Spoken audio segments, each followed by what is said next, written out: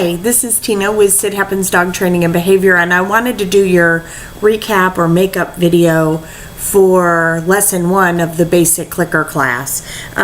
There will be a number of videos because some of this has been recorded on other occasions, and I'll just reuse those videos.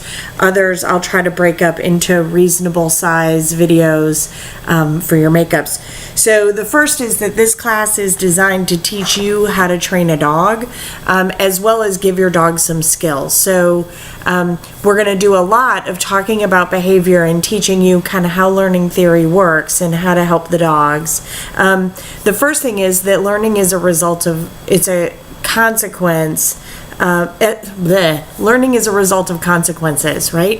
If you ask me a question and I smile and nod, you learn that asking me questions is a safe thing. If you ask me a question and I just stare at you, or if I scowl and shake my head no and go, that's, mumble under my breath something not wonderful, you're less likely to ask questions, right? It's just simple. And the same thing happens with our dogs. For the purposes of this class, we're basically going to be positive reinforcement based. Life is not all positive, and I think that a lot of times punishment is misrepresented in dog training. I don't think that you have to hurt a dog or scare a dog to inhibit behavior, but we'll talk about more of that as time goes on. Reinforcers can be primary, things an individual will work for, or secondary, something that marks or indicates that that primary reinforcement is coming. And this class will deal with both primary and secondary reinforcers. Primary reinforcers are things like food, play, attention, sex, right? Tangible, actual things that feel good or that are requirements to the body.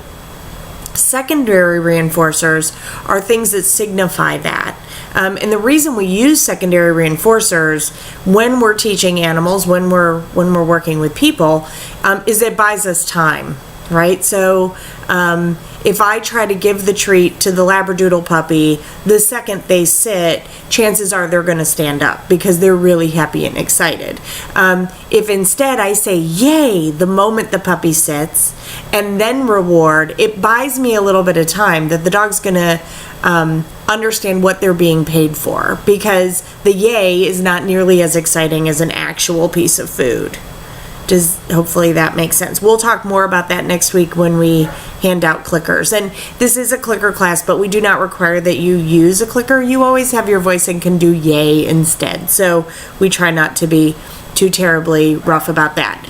As far as primary reinforcers for class, while everyone could use a squeaky toy or a tennis ball, it's an abysmally bad idea in a group class, because ideally your dogs would be able to stay focused on you. And if I'm walking around squeaking a squeaky toy, my guess is that your dogs their brains will splatter.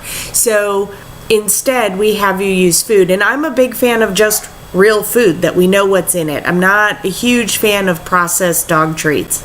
There are some exceptions, and you'll see us using those in class.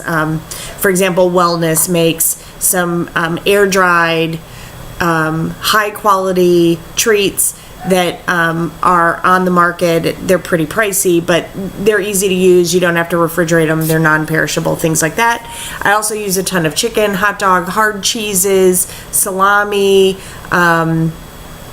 Sandwich meats work really well. Just try to get low sodium. And we'll help you with that in class as well. Generally speaking, you want the size of the treat to be about the size of the pink part of your pinky nail, and the lighting is so bad in here you can't really see that, so just look at your own hand. Okay, so this is the end of part 1. I'll do another video to talk about the actual exercises.